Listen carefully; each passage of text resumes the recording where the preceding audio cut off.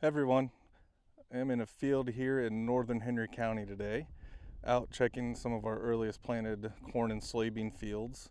There's no question that we've had a lot of challenging weather over the last 2 or 3 weeks. We went from some really warm, beautiful weather, got some rain, brought a cold front. It's been cold. Every time we get some needed rain, we got some pretty cold weather after that.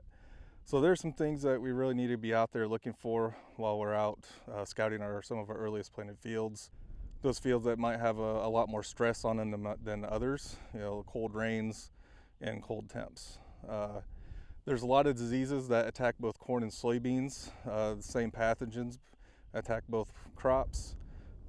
Need to go out and start checking for Fusarium, Pythium, Phytophthora, anything like that. We know there's not a lot we can do now other than know they're out there.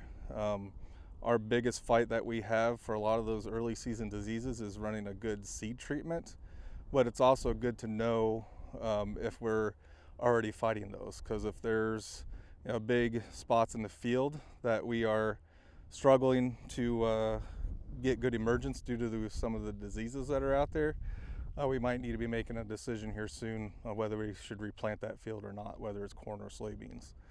Feel free to reach out to me or any other channel agronomists that are in your territories to help walk fields and help make those decisions if you have questions, because there are times when we might want to leave a field because they're beans and they can respond well to maybe some lower populations, or maybe your cornfields on that borderline. You just want some help and guidance on what the right answer might be on whether to replant or not. We've also gotten some very cold temps overnight, which caused us to have some frost damage on our beans as well. Corn, I haven't seen much damage in it yet because I don't have a lot of it up out of the ground. But I do have some really early planted, mid-April planted beans that did get the low spots, got a pretty good dose of frost. So once again, need to go out and evaluate how much damage we have, and there might be some opportunities or some chances there that we need to replant some of the low-lying spots that might have got hit with frost a little harder. As you can see here, a couple of these beans were coming out right as the frost was hitting, and so those top leaves are pretty shriveled up.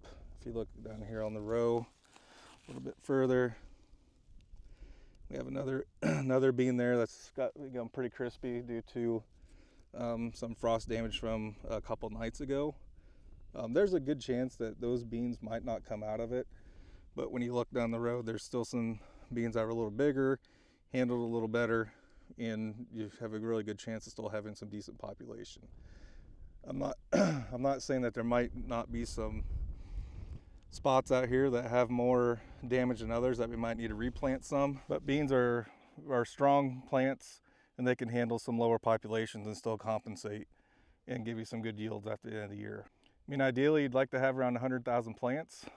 We can still get really high yields even with 80,000 plants out there, as long as that population is consistent and we don't have huge, big areas that are bare completely.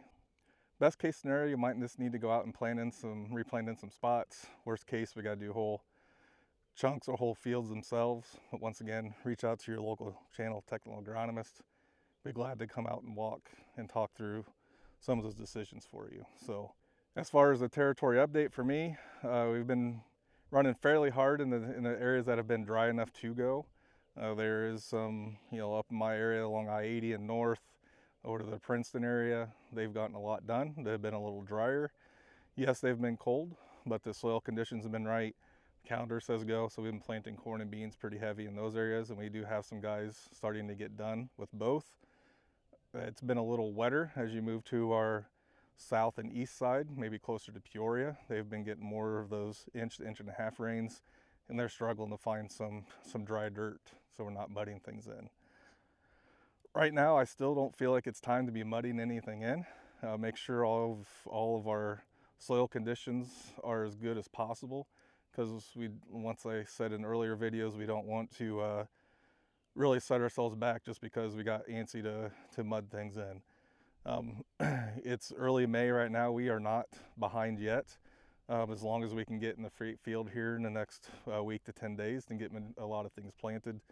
And I think if we can do that, we'll be set up for a really good season. So that's all I had for today. If you need anything, don't hesitate to reach out. Be glad to come out and walk and talk anything you need to.